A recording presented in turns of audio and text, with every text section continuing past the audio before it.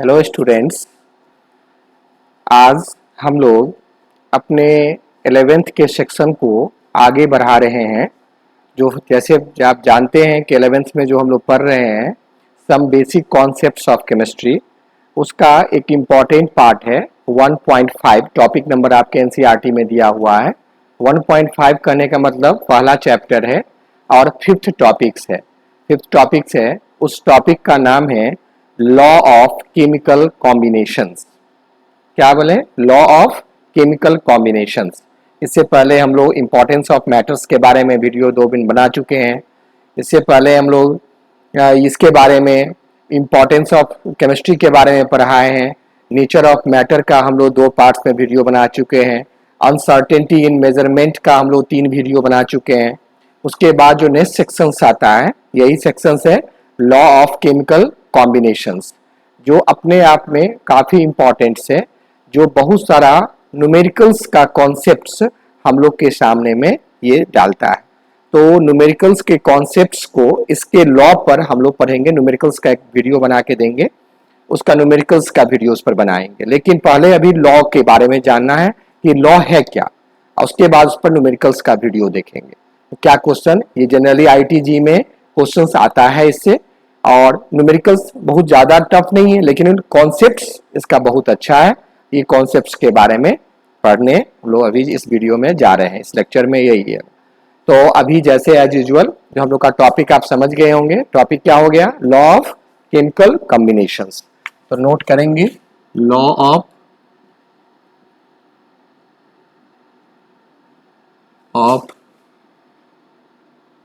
Chemical combination, law of chemical combination, short में हम लोग LOCC इसको कहेंगे। ये हम लोग का एक लॉ हुआ, लॉ ऑफ केमिकल कॉम्बिनेशंस। तो इसके बारे में हम अभी आपको हम बता रहे हैं।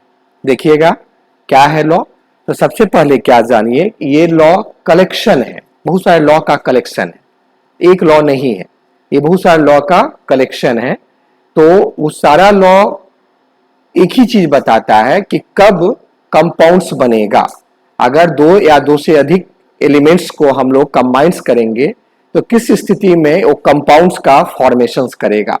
वो कंपाउंड का फॉर्मेशंस करने के लिए जो जो कंडीशंस राइज हुआ, वो कंडीशंस लॉ में कन्वर्ट हुआ।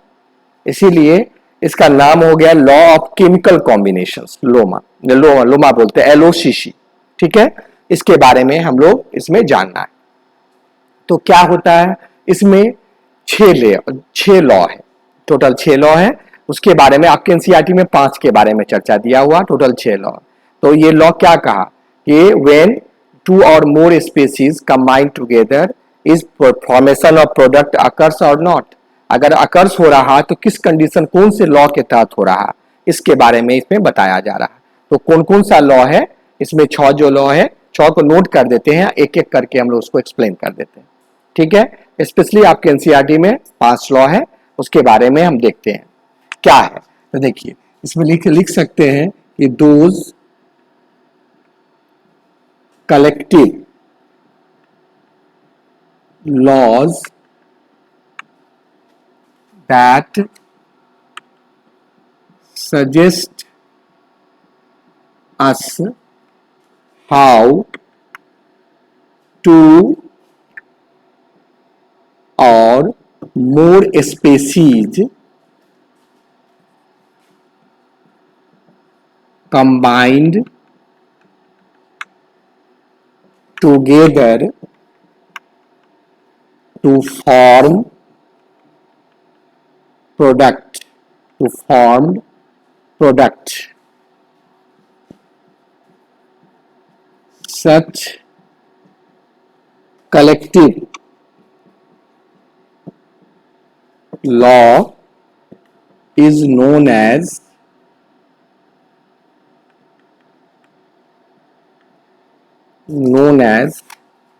law of chemical combination.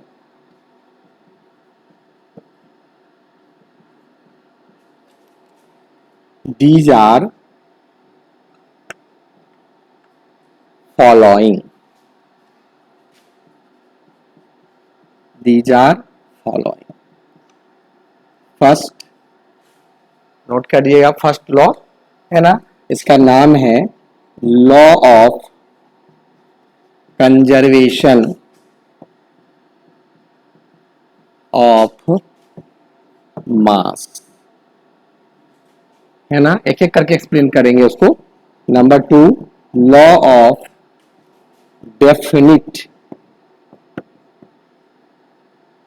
Definite proportion,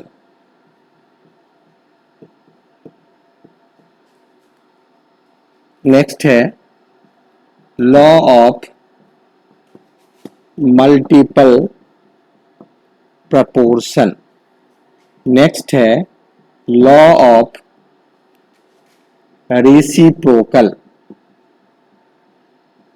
reciprocal proportion, next है लॉ ऑफ गैसियस वॉल्यूम और नेक्स्ट है लॉ ऑफ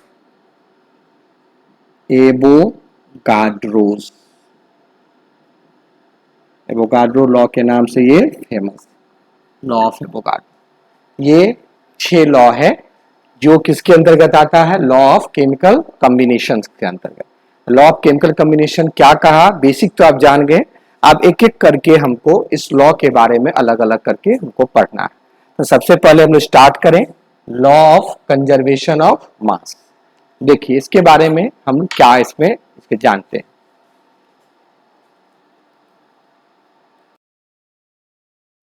हाँ, अब हम लोग अपने लॉ ऑफ केमिकल कॉम्बिनेशन में फर्स्ट लॉ पढ़ने जा रहे हैं। इसका नाम हो गया law of conservation of mass. Law of conservation of मास के बारे में 1774 में इसमें इनके बारे में लैवोजियर ने दिए थे। लैवोजियर के द्वारा ये दिया गया था, लैवोजियर के द्वारा ये देखा गया था और उसको एक्सप्लेन किया गया था, है ना। तो ये लैवोजियर एक्चुअली क्या बताए 1774 में इसमें बता दिए थे, और 17 बहुत जगह 89 दिए एक्सप्लेन किया गया है, लेकिन 1774 में एक्सप्लेनेशन किया गया था। ये बोले थे कि कोई भी फिजिकल और केमिकल चेंज अगर करते हैं, कोई भी फिजिकल और केमिकल चेंज करते हैं, उससे मास में कभी भी कोई नुकसान लॉस नहीं होता, यानी मास हमेशा सुरक्षित रहता है। इसीलिए इसको हम लोग कंजर्वेशन में क्या होता है, सुरक्षित संरक्षित रहता है। तो ये नियम को हम लोग सरल माने सुरक्षित लॉ ऑफ क्या संरक्षण का भी कहते हैं, माने मास में कभी कोई चेंजेस नहीं होता है, mass neither be created nor be destroyed, इसका कॉन्सेप्ट है। अब ये कोई एग्जांपल्स लेके अगर इसको हमको डिफाइन करने कहा, तो बजाय इसको डिफाइन किए तो ये क्या डिफाइन करेंगे, तो हम लोग लिख सकते हैं इसमें सिंपली कि this law tells us during any physical or chemical changes, mass of reacting species always हमेशा कंजर्व्ड, हमेशा क्या रहेगा, ये कंजर्व्ड माने हमेशा सुरक्षित रहेगा। इसका मतलब हुआ दैट इज, इसे लिख सकते हैं that is mass neither be created, neither be क्या पता क्रिएटेड नॉर डिस्ट्रॉयड, ना मास को हम बना सकते हैं, ना मास को हम लोग क्या बर्बाद कर सकते, नुकसान कर सकते हैं। इस लॉ का बेसिक फंडामेंटल यही है। ये कौन सा आप बताया, लेवोजियर। एक्चुअली लोसोमोन नाम के साइंटिस्ट ने इसको बताए थे, लेकिन फेमस नाम किनका हो गया बताइए? लेवोजियर का। और ये लेवोजियर बताए कि आप कोई भी चेंज करेंगे तो क्या होता है। देखिए, आप केमिस्ट्री में जानते हैं, ये एरो यूज किया। एरो मीन्स क्या होता है? प्रोसेस, चेंज, कोई काम। इस एरो का मतलब होता है क्या? वर्क। तो वर्क जब होगा तो वर्क जो इनिशियल अवस्था में था तो उस स्टेट को हम लोग क्या कहते हैं? रिएक्टेंट। और वर्क जब कंप्लीट हो गया इसकी अवस्था के यहां पर क्या कहते हैं बता? प्रोडक्ट। तो इसका कहने का मतलब जो रिएक्टेंट में जो भी सब्सटेंस होगा उसका जो मास होगा वो प्रोडक्ट के मास के बिल्कुल बराबर होगा। यानी ऐसे लिख सकते हैं समेशन, इतना जो भी चीज है समेशन होगा किसका? समेशन किसका है? तो मास ऑफ, लिख सकते हैं मास ऑफ किसका? Reactant. Reactant is always equal to summation of किसका? Mass of product. कौन लॉ के तहत? Law of conservation of mass. इसके बारे में ये बताया। आपको इस पर हम लोग एग्जाम्पल देके देखते हैं कोई कौन सा फिजिकल चेंज हुआ। दो चीज बताए हैं, चेंजेज हो गया, एक तो फिजिकल रिएक्शन, एक दूसरा क्या हो गया? Chemical reaction. कौन सा फिजिकल चेंज, कौन सा केमिकल चेंज, दोनों के एग्जाम्पल ले लेते हैं, उस पर हम लोग डिस्कस करते हैं। तो देखिए, इसका जो हम लोग का एग्जाम्पल्स है उसके बारे में हम देखते हैं। तो सबसे पहला हम लोग का जो एग्जाम्पल होगा इसमें ऐसे करके देख लेते हैं। देखिए, एग्जाम्पल में हम लोग गौर करेंगे कि जो हमारा रिएक्टेंट्स है, जैसे कोई भी रिएक्टेंट्स में फिजिकल चेंज में, देखिए फिजिकल चेंज में एग्जाम्पल नंबर 1 हम लोग क्या फिजिकल के बारे में देखें, स्पष्ट करके लिखिए एकदम जो भी है फिजिकल चेंजेस। दूसरे भी एग्जाम्पल 1 करके भी लिख सकते थे, लेकिन लिखेंगे अभी फिजिकल चेंजेस। जैसे सबसे कॉमन बताइए, जैसे आपको देखते हैं आप आइस है, आइस है तो आइस किस अवस्था में है? किस फिजिकल स्टेट में? सॉलिड में। और वो कन्वर्ट हो गया किस में? वो कन्वर्ट हो गया लिक्विड में। तो लिक्विड में कब कन्वर्ट हुआ? किस फॉर्म में? तो अगर उसको छोड़ दिए या हीट एब्जॉर्ब कर लिया तो वो किस में कन्वर्ट हुआ?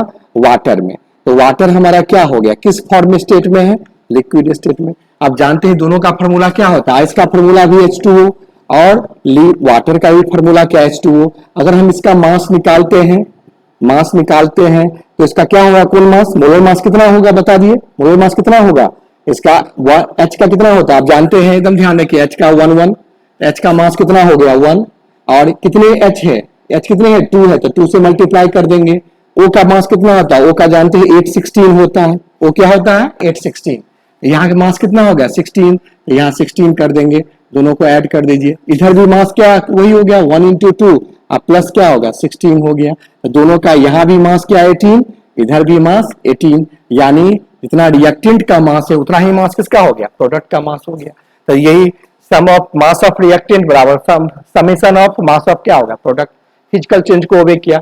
अगर एक केमिकल चेंज का एक एग्जांपल ले लेते हैं, एक केमिकल चेंज का एग्जांपल लेके देखिए। जैसे केमिकल चेंज में एग्जांपल नंबर 2 कर देते हैं। क्या चेंज हो गया? इसका नाम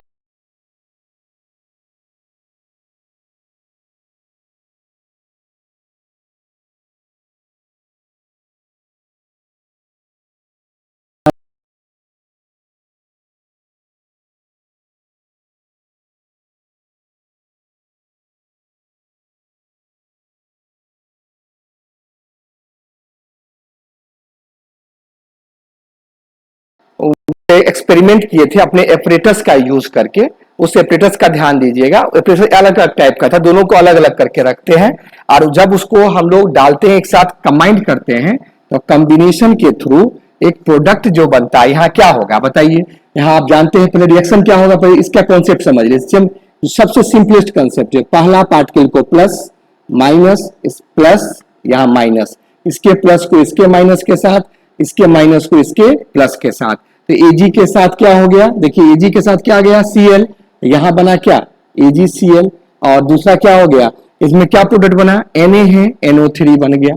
Na है और NO3 बन गया। अब देखिए इसके प्रोडक्ट को आप दिमाग में निकाल लीजिए। अब इस दोनों का, अब ये दो प्रोडक्ट बन गया, इस दोनों का जो मास होगा और इस दोनों का मास होगा, दोनों में कोई अंतर नहीं होगा। बिल्कुल समय, बिल्कुल आप जोड़ के निकाल सकते हैं। मोलर मास में निकालेंगे कितना? अब इसका निकालेंगे अगर हम लोग मोलर मास करके अगर निकालते हैं तो देखिए कैसे निकालेंगे। सिल्वर का मास 107, सिल्वर का मास कितना हो गया यहां पर 107 हुआ। नाइट्रोजन का मास यहां पर कितना हो गया, यहां पर इस हिसाब से अगर काउंट करते हैं, यहां नाइट्रोजन है 14, अब प्लस कितना ऑक्सीजन है तो कितना होगा 16, 16 इंटू 3, इसको ये पार्ट हो गया इसका मास। आप दूसरा हम किसको ऐड करेंगे, फिर प्लस कर देते हैं, किसको ऐड करेंगे NaCl, Na का 23, और जानते हैं Cl का मास कितना होगा 35.5। इस दोनों को ऐड कीजिए, क्या करना है, दोनों को ऐड करना है। अब दोनों को जब ही हम ऐड करेंगे और इसको ऐड करके जो वैल्यू हम निकालते हैं और उसका जो ऐड करके निकालेंगे 107 प्लस 35.5 और इसका भी प्लस कर देंगे 23 प्लस 14 प्लस वाट 16 इंटू क्या कर 3। अगर हम इसको भी काउंट कर देते हैं, सबको जब काउंट करेंगे तो दोनों का मास के दोनों का जो वैल्यू होगा बिल्कुल क्या होगा, बराबर होगा। आप करके देख सकते हैं दोनों का मान बिल्कुल। तो ये जो चेंज हुआ, दिस चेंज इज कॉल्ड कौन चेंज, केमिकल चेंज, क्योंकि फिजिकल केमिकल चेंज मींस क्या, रिएक्शन हुआ। फिजिकल चेंज में क्या, स्टेट में, सॉलिड से किस में कन्वर्ट हो गया, LiQ मींस क्या हो गया, लिक्विड, लिक्विड में कन्वर्ट हो गया। तो दोनों एग्जांपल में हम देख ली, लेकिन इसमें ये क्या, दोनों एग्जांपल किसको देखिए, कंजर्वेशन माने संरक्षण, किसका संरक्षण, किसका संरक्षण, मास का संरक्षण। मैंने दोनों में हम देख लिए कि मास में कोई रिएक्शन तो हुआ, काम भी हुआ, लेकिन मास में कोई चेंजेस नहीं होता। लेकिन इस लॉ का एक लिमिटेशंस आ गया। ये लिमिटेशंस क्या हो गया, एक साइंटिस्ट आए, उनका नाम आप जानते हो एल्बर्ट आइंस्टीन। वो बताए थे कि कोई भी वर्क होगा तो मास इंटर कन्वर्ट हो जाएगा किसमें, एनर्जी में। तो उन्होंने इस लॉ ऑफ कंजर्वेशन ऑफ मास को थोड़ा सा क्या किया, चेंज कर दिया। ये ध्यान नोट पॉइंट में समझना है, नोट पॉइंट में क्या समझना है, लॉ ऑफ कंजर्वेशन ऑफ मास में क्या समझना है कि आप जानते हैं कि अभी भी कोई आइंस्टीन क्या देखे कि अगर वो एनर्जी देखा गया कोई भी काम में, जैसे ये वर्क हुआ ना कुछ यहां एनर्जी का ट्रांजेक्शन हो रहा, तो अगर एनर्जी का ट्रांजेक्शन होगा तो एनर्जी इक्वल टू निकाले delta M C square. Here आप जानते हैं कि डेल्टा एम बराबर हुआ लॉस्ट मास, जितना मास लॉस्ट हुआ है वो, और सी बराबर क्या हो गया, सी बराबर velocity of what, velocity of light, इसके बराबर हुआ। अब दोनों को इसमें क्या किया गया, इसमें इस इक्वेशन के द्वारा वो बताए क्या कि ये कहना बिल्कुल गलत हो जाएगा, क्यों कि काम में हमेशा मास का लॉस होगा, और जो मास लॉस्ट होगा वो किसमें कन्वर्ट हो जाएगा, एनर्जी में कन्वर्ट हो गया, मास कन्वर्टेड इनटू एनर्जी। तो उन्होंने कहा कि इस लॉ को, लॉ ऑफ कंजर्वेशन ऑफ मास को आप इस तरह लिखिए तो वो बेहतर होगा। क्या बेहतर होगा कि सम ऑफ, वो बताए according to Einstein, sum of mass and energy, energy of किसका, रिएक्टेंट, याद रखिए reactant always equal to sum of energy, energy and mass of किसका, ऑफ प्रोडक्ट। उन्होंने ये कंसेप्ट दिया, कौन कंसेप्ट दिया, ये आइंस्टीन ने लेबोजियर की इस कंसेप्ट को थोड़ा सा सुधारा, लेकिन लॉ ऑफ कंजर्वेशन केवल मास पर कंसीडर था। तो पूछ सकता है कि लिमिटेशंस क्या हो गया इसका, लिमिटेशंस कि एनर्जी कंसीडर नहीं किए, जबकि आप जानते हैं कि मास जब ही वर्क होता है तो मास कुछ ना कुछ लॉस्ट करता है, वो लॉस्ट एनर्जी में कन्वर्ट होता है। तो अगर हम ऐसे लिख देंगे तो ये लॉ बिल्कुल क्या हो गया, सही हो जाएगा। तो ये पॉइंट आपका नोट पॉइंट हुआ, मेरी नोट पॉइंट बने क्या, hots question, high order thinking का क्वेश्चन, तो इसलिए इस तरह लिखा जाए तो वो बेहतर होगा। नेक्स्ट आया सेकेंड लॉ है, आप जानते हैं उस लॉ के बारे में हम आपको बता रहे हैं।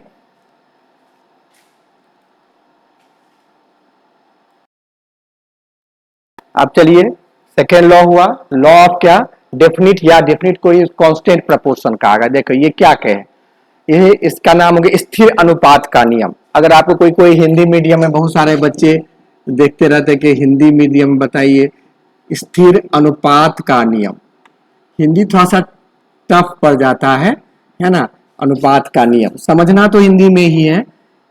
अनुपात का नियम। ये क्या कहता है देखिए, इसके बारे में फ्रांस के साइंटिस्ट थे, है ना, जोसेफ प्रॉस्ट, जेल प्रॉस्ट थे, जोसेफ लुइस प्रॉस्ट थे, जो 1799 में वो इसके बारे में एक्सप्लेन किए थे। एक्सप्लेन ये क्या किए थे कि ये बताए थे कि बहुत सारा कंपाउंड पर वो स्टडी किए, बहुत सारा कंपाउंड, सुनिए एकदम ध्यान से, सुनना है, सीखना है, उतारना नहीं है बोर्ड पर से।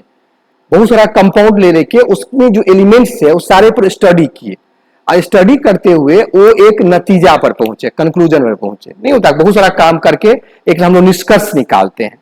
निष्कर्ष ये निकाले कि अगर कोई भी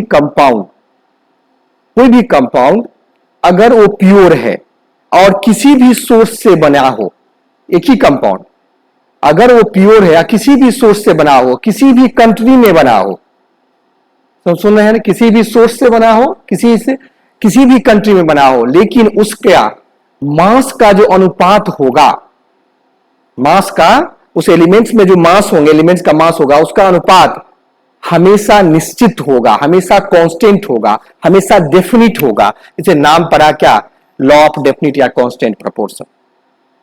उम्मीद करते हैं सीखे होंगे। नहीं, देखिए एग्जांपल से सीखिए, एग्जांपल में दिमाग में सेट कीजिए।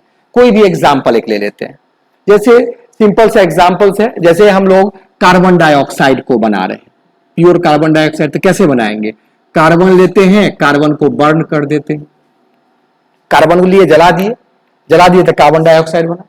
हमको दूसरा तरीका से कार्बन डाइऑक्साइड बनाना है, हम क्या करेंगे, सेकेंड तरीका, कैल्शियम कार्बोनेट लिए, उसको गर्म कर दिए तो CO2 बन गया, और क्या बन गया, H2O बन गया, इससे भी बन गया, देखिए CO2 बन रहा है। हमको तीसरे तरह और दूसरा तरीका और कोई तरीका से बनाना है CO2, जैसे हम लोग क्या कर लेते हैं, बेकिंग सोडा ले लेते हैं, NaHCO3 ले लेते हैं, इसको हीट कर देते हैं। इससे क्या होगा, जब ये गर्म करेंगे, गर्म करने से हीट की ट्रायंगल किसका है, यहां पर मैथमेटिक्स नहीं, केमिस्ट्री में हीट का साइन है, Na2CO3 बन जाएगा और CO2 निकल जाएगा, और क्या, H2O निकल जाएगा।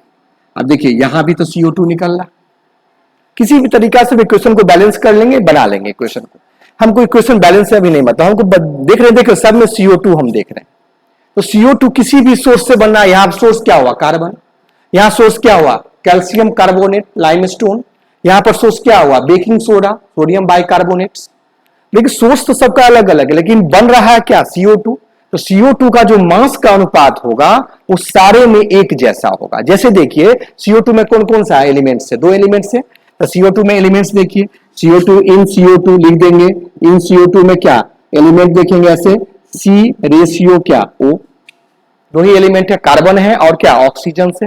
तो कार्बन का मास देखिए कितना होता है, जानते हैं 12, कार्बन जानते हैं ना, कार्बन क्या होता है 612, तो मास क्या हो गया 12। और देखिए ऑक्सीजन का जानते हैं, ऑक्सीजन का मास कितना है 816, तो यहाँ क्या 16, तो यहाँ पर क्या देंगे 16, लेकिन कार्बन डाइऑक्साइड है तो 2 है, तो 16 इंटू क्या कर देंगे 2, वर्क कर रहे हैं ना, 2 कर दिए। अब यहाँ पर क्या 12 आया, और यहाँ क्या होगा 32 आया, और इसको सॉल्व कर लीजिए, 6 आया, या एक के बाद सॉल्व कर लीजिए, सिंपल कर दीजिए, तो 3 आया, और क्या आया 8 आया। यानी कार्बन डाइऑक्साइड को बनाना है कहीं भी, किसी भी कंट्री में, चाहे इंडिया चाहे अमेरिका, जहां भी वर्ल्ड के किसी भी कंट्री में बनाएंगे, तो अगर हम 3 kg कार्बन लिए और 8 kg क्या लेंगे, ऑक्सीजन लेंगे, या 3 ग्राम कार्बन लिए 8 ग्राम क्या लेंगे, ऑक्सीजन लेंगे, तब जो कंबाइंड करेंगे तो हमेशा CO2 ही बनेगा। क्या समझे कि CO2 का या तो कंबाइन करेंगे तो CO2 बनेगा, या नहीं तो CO2 को रेशियो को रिसर्च करेंगे, तो अगर सिंपल बाइफरकेट करते हैं तो ये 3:8 के हमेशा मिलेगा। इसीलिए हमेशा मिलेगा, हमेशा को क्या कहते हैं, डेफिनिट, और ये बिल्कुल वही मिलेगा तो ये क्या होगा, कांस्टेंट। तो लॉ ऑफ डेफिनिट और कांस्टेंट प्रोपोर्शंस होगी।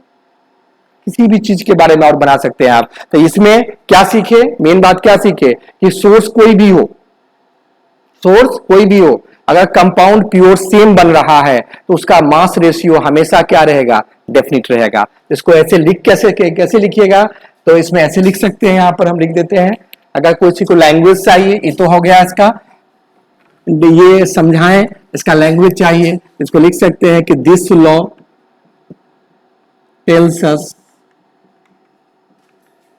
tells us when same compound formed by different elements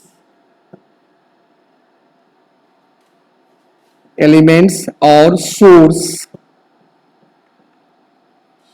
different elements or source, its mass ratio is always definite in all compounds, in all compounds। बहुत important law हो गया, जो भी बताए उसी को हम लिख दिए, लैंग्वेज हो गया। लेकिन इस लॉ का एक फिर लिमिटेशंस हो गया, इसमें फिर गड़बड़ी है। देखिए गड़बड़ी है, जहां लिमिटेशंस आया समझ जाओ क्वेश्चन है आपका, कहीं ना या तो क्वेश्चन बोर्ड लेवल में पूछे या कंपटीशन में पूछे, इसका क्या लिमिटेशंस आया, लिमिटेशंस को हम लोग यहां पर नोट पॉइंट में करके लिखेंगे। पहले आइसोटोप्स समझते होंगे, क्या होता है समस्थानिक, हिंदी में आइसोटोप्स क्या होता है कि अगर एक ही एलिमेंट है, उसका एटॉमिक नंबर तो फिक्स है लेकिन उसका मास नंबर वेरिएबल, तो अगर मास नंबर वेरिएबल हो जाएगा तो प्रॉपर्टी को ओबे नहीं करेगा। यानी देखिए क्वेश्चंस देखिए कि पहला नोट में हो गया इन केस ऑफ क्या, isotopes it is not applicable, it is not applicable. ठीक है, यहां पर लिख देते हैं, कट गया, यहां फिर मिटा देते हैं, इट इज नॉट क्या बता दिए, एप्लीकेबल, ये एप्लीकेबल नहीं होगा। जैसे देखिए कि आप एग्जाम्पल बोले सर कैसे समझे, जैसे CO2 बना है, C का मास 12 होता है, C एक दूसरा आइसोटोप बना दिए, C का मास आप जानते हो, कार्बन का मास 14 भी होता है। यहां मास रेशियो निकालिए तो 12:32, कट गया तो क्या हो गया 3:8, जो अभी ऊपर बनाए हैं।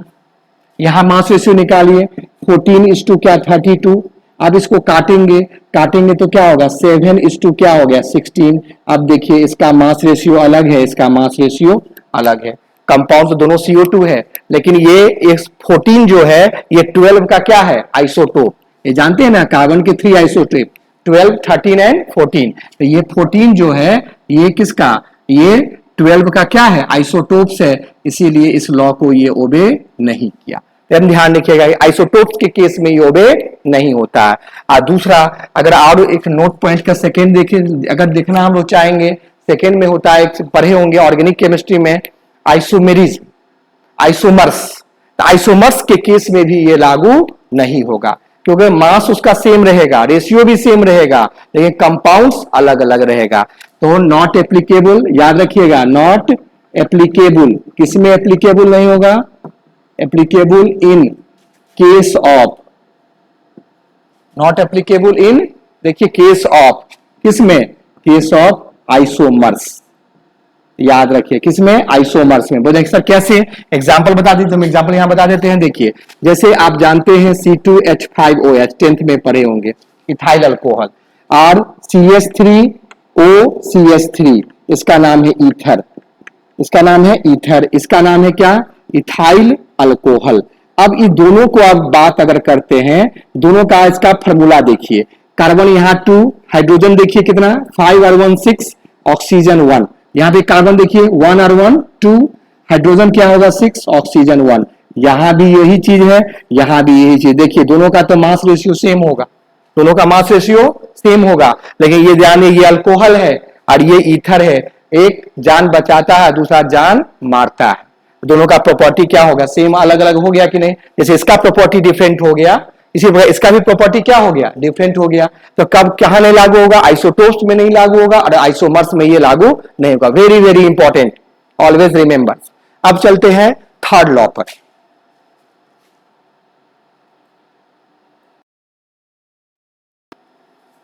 चलिए आप चले हम लोग किस पर, थर्ड पर, तीसरा है, तीसरा लॉ का क्या नाम हो गया, लॉ ऑफ, बोलिए, लॉ ऑफ मल्टीपल प्रपोर्शन,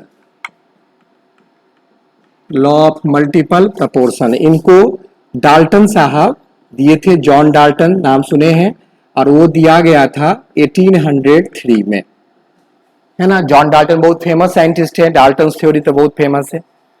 तो ये मल्टीपल, इसका गुणित अनुपात का नियम होता है। इससे पहले स्थिर अनुपात, इसका नंबर क्या हो गया, गुणित अनुपात। ये गुणित अनुपात मैंने क्या, गुना से होता है।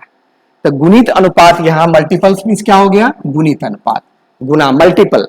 जैसे 2 1 जा 2 2 2 जा 4 आप पढ़ेंगे मल्टीपल में, मल्टीप्लाई गुना पढ़ेंगे।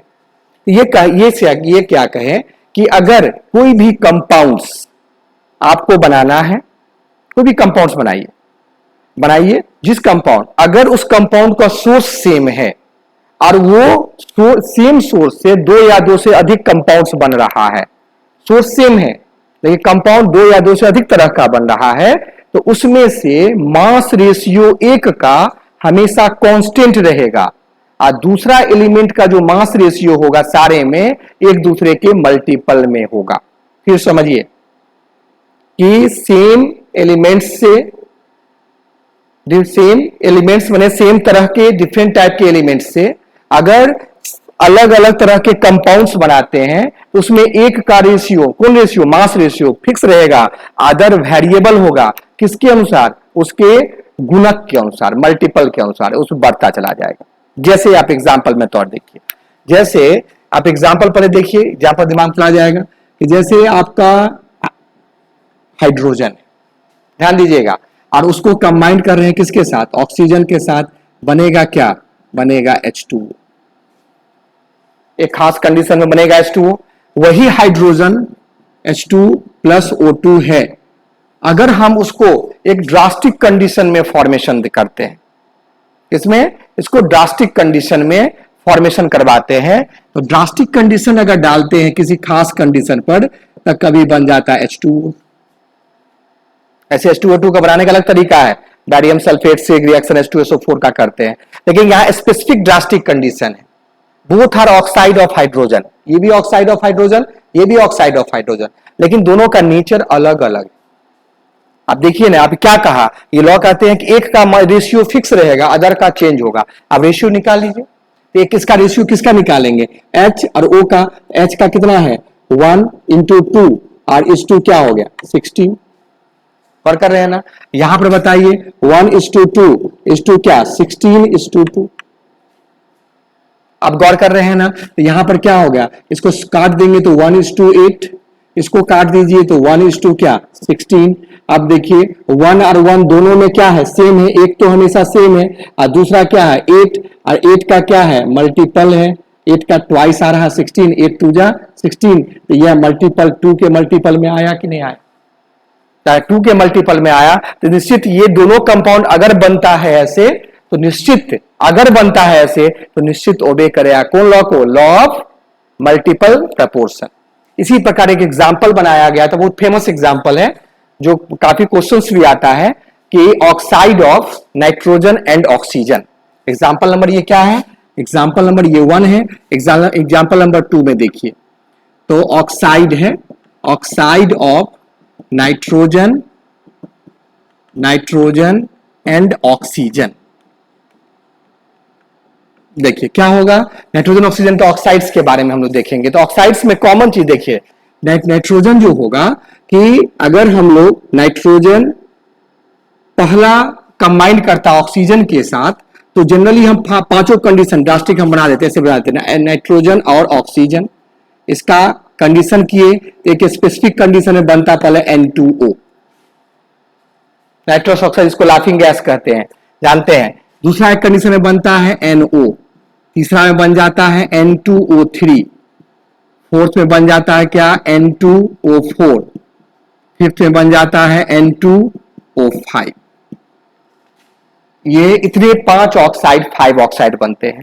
अगर हम रेशियो को कंसीडर करें, किसका रेशियो, नाइट्रोजन और ऑक्सीजन के रेशियो का, तो हम अगर रेशियो का N:2 ध्यान दीजिएगा O के रेशियो को कंसीडर करते हैं, तो देखिए नाइट्रोजन यहां कितना है नाइट्रोजन यहां 14 होता, तो 14 2 जा क्या 28 और 16। देखिए 28:2 क्या होगा 16, यहां पर क्या होगा 14:2 क्या 16, यहां पर क्या 28:2 क्या बोलिए इस 2 क्या 48, 16 थी जा, यहां पर भी 28 इज टू क्या 64, यहां पर भी 28 इज टू क्या 80, ये हो गया। अब इसके रेशियो को सिंपलेस्ट रेशियो में चेंज कर दीजिए। आप देखिए इसमें निकाल लेते हैं हम लोग सिंपलेस्ट रेशियो, एस रेशियो निकालिए। निकालिए तो क्या निकालेंगे बताइए। अब यहां पर एक का हमको कांस्टेंट करना है, एक को देखिए ना, आप कैसे कांस्टेंट करेंगे, यहां 14 कर दीजिए या सबको सिंपल कर दीजिए ना, सिंपल कर दीजिए। सिंपल करते देखिए सब में कट जाएगा, यहां पर सिंपल कितना होगा 7 क्या हो गया 4, देखिए 7:4 हुआ। यहां पर क्या हो गया 7:8, यहां पर बताइए यहां पर क्या हो गया 7:12, यहां बताइए 7 क्या 64 बोलते हैं 16, यहां पर 7 क्या 20। देखिए सब में एक देख रहे हैं, सब में क्या होगा, सब में सिंपलेस्ट रेशियो किसका निकाले हैं, किसका निकाले हैं सिंपलेस्ट रेशियो हम लोग माना नाइट्रोजन इज टू किसका ऑक्सीजन का। ये देखिए नाइट्रोजन सब में 7 7 7 7 7, एक का रेशियो क्या बोले हैं फिक्स रहेगा, और अदर रेशियो जो होगा वो मल्टीपल में होना चाहिए। अदर रेशियो का अगर हम लोग ऐसे दिखा दे, अगर दिखा दे ऑक्सीजन इज टू ऑक्सीजन का रेशियो सब में, तो देखिए ये 4 तो 4 2 जा 8, 4 3 जा 12, 4 4 जा 16, 4 5 जा, तो ये कितने टाइम में है 1 टाइम में है। ये 4 का क्या कितने टाइम में है 2 टाइम में, ये 4 का क्या 3 टाइम में, 4 का क्या 4 टाइम में, 4 का कितना 5 टाइम में। देखिए 1 2 3 4 5, ये सिंपल रेशियो आया किसका, एक का तो फिक्स रहा, अदर एलिमेंट जो बढ़ रहा है एक दूसरे के क्या बता सिंपल रेशियो में आ रहा है। अगर ये सिंपल रेशियो में आ गया तो निश्चित समझ जाइए ये लॉ ऑफ किसको ओबे करा, लॉ ऑफ मल्टीपल प्रपोर्शन को ओबे किया। तो इसका हम लोग लैंग्वेज ले सकते हैं, क्या लिखेंगे लैंग्वेज बताइए कि this law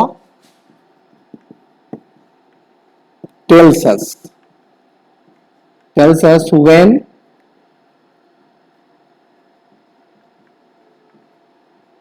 two or more compounds are formed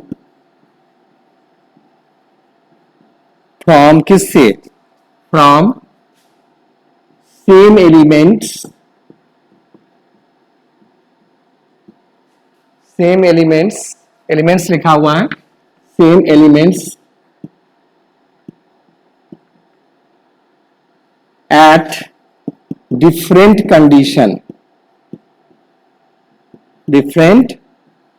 conditions, then याद रखें डिफरेंट कंडीशन रिएक्शन क्या देन, तब क्या होगा then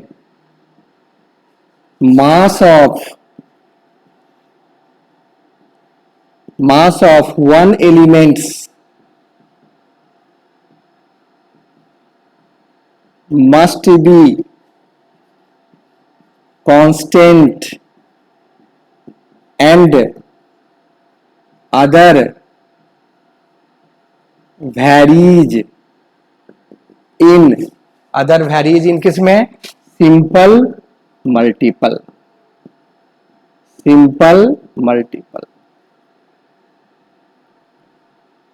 varies in simple multiple। यही लॉ हुआ कौन law, law of Dalton, law of multiple proportion. तो ये हम लोग 4 लॉ के बाद, इसमें 6 लॉ था टोटल था, तो अभी हम पार्ट 1 इसको कर दिए हैं। पार्ट 1 में 3 लॉ पढ़ा दिए और बाकी का 3 लॉ पार्ट 2 में फिर हम लोग नेक्स्ट वीडियो में इसको ये बना के तो आप लोग को सामने दे देते हैं। लेकिन देखिए किताब में तो बहुत कुछ दिया हुआ है ना, लेकिन कुछ जो की पॉइंट्स है जैसे नोट पॉइंट्स सब है उसको हमेशा रखिएगा नोट, क्योंकि वही एग्जाम का क्वेश्चन है। ये बताइए सर ये तो हम जानते हैं, लेकिन इसके बीच क्या जो पॉइंट्स है पूछेगा ऑक्सीजन का रेशियो बताइए, अब वहां पर आप कंफ्यूज कर जाइएगा।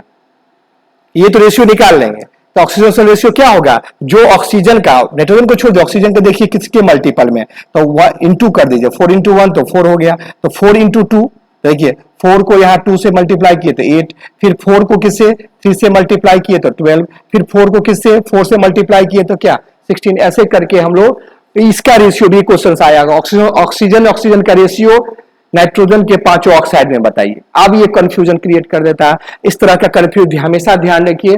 देखिए वीडियो, उसको कॉपी में नोट कीजिए। अगर कोई दिक्कत है कोई समस्या है तो जरूर कमेंट बॉक्स में डालिएगा। हम उम्मीद करते हैं कि आपकी समस्या को जरूर हम सॉर्ट आउट कर देंगे, सॉल्व कर देंगे, और आपके लेवल के अनुसार हम बहुत कुछ बता दिए हैं, और उस हिसाब से हम आगे भी आपको और सेटिस्फाइड करते रहेंगे अपने वीडियो के द्वारा, अपने बात से। और उम्मीद करते हैं आप इसको बनाइएगा, और बनाने के बाद अगर कोई समस्या आएगा ही है ना, अगर पढ़ेंगे तो कुछ ना कुछ समस्या आता है, लेकिन प्रत्येक समस्या का क्या सॉर्ट आउट होता है, उसको सॉर्ट आउट करने का हम जरूर कोशिश करेंगे। आज के लिए इतना ही, धन्यवाद, थैंक यू।